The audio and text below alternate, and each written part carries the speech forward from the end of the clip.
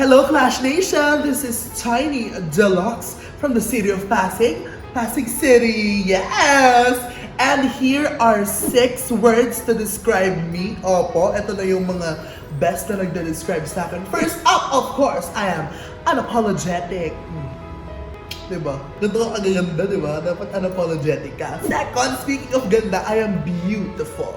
Maraming layers ng beautiful. Kayo nang bahala mag-interpret niyan. I am vain, pero I'm not narcissistic. Next up, charismatic! Yes, di ba? Dapat meron tayong charisma, uniqueness, nerve, and talent. Iba pala yun. And of course, I'm vulnerable. At times, you know, syempre kailangan makarelate pa rin yung mga tao sa'yo. So, yes, hindi po ako takot magpakita ng aking vulnerability. And of course, I'm very loving. I love so many people. I love my friends, my family, my chosen family, myself, and I love you.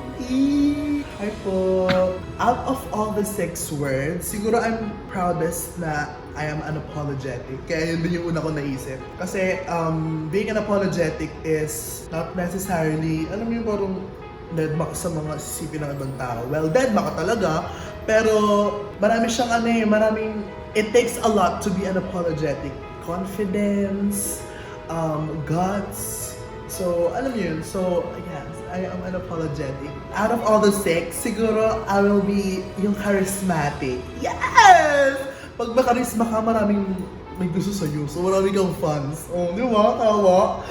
Kasi alam ko sobrang daming magaling sa amin lahat. Like, well, alam yun, salang-sala po kami dito. Lahat kami magaling. So, be charismatic, stand out. Oo, tama.